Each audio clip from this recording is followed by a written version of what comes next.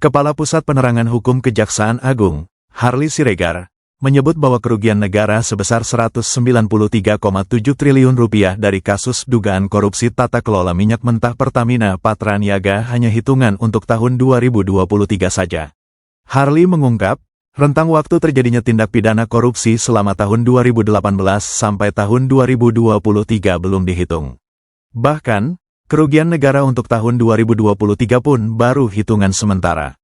Dilansir dari Sapa Indonesia Malam Kompas TV pada Rabu tanggal 26 Februari tahun 2025, dia menjelaskan bahwa hitungan kerugian negara tersebut meliputi beberapa komponen, seperti rugi impor minyak, rugi impor BBM lewat broker, dan rugi akibat pemberian subsidi. Harley mengaku, perhitungan tersebut merupakan hasil komunikasi pihaknya dengan ahli.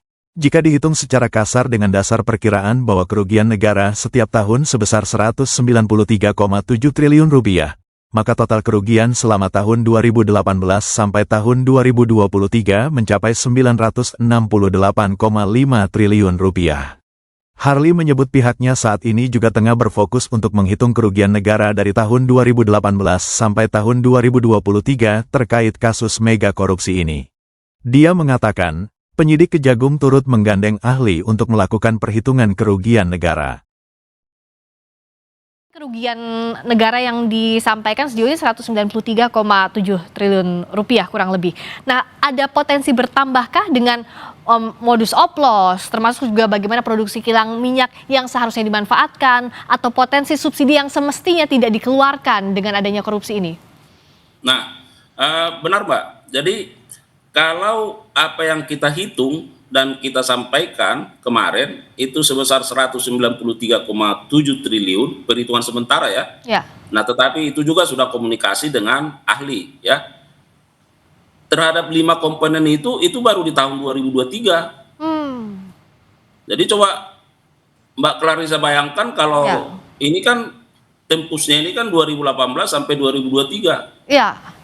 Kalau sekiranya misalnya di rata-rata di angka itu setiap tahun, bisa kita bayangkan berapa besar ya kerugian keuangan negara. Bisa dikali 5 minimal ya Pak ya?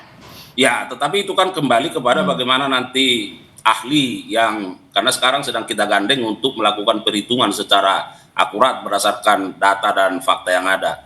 Ya. Jadi apa yang sudah disampaikan oleh Kompas TV tadi terkait modusnya, saya kira itulah yang sekarang yang menjadi konstruksi perkaranya, dan itu yang sedang kita bangun dan itu yang kita dalami, dan terus mudah-mudahan misalnya terkait 5 dasar perhitungan kerugian ini apakah bisa bertambah misalnya nanti ke depan seperti apa terkait soal oplosan dan sebagainya, apakah itu juga bisa dilakukan perhitungan, saya kira ya kita ikuti perkembangannya.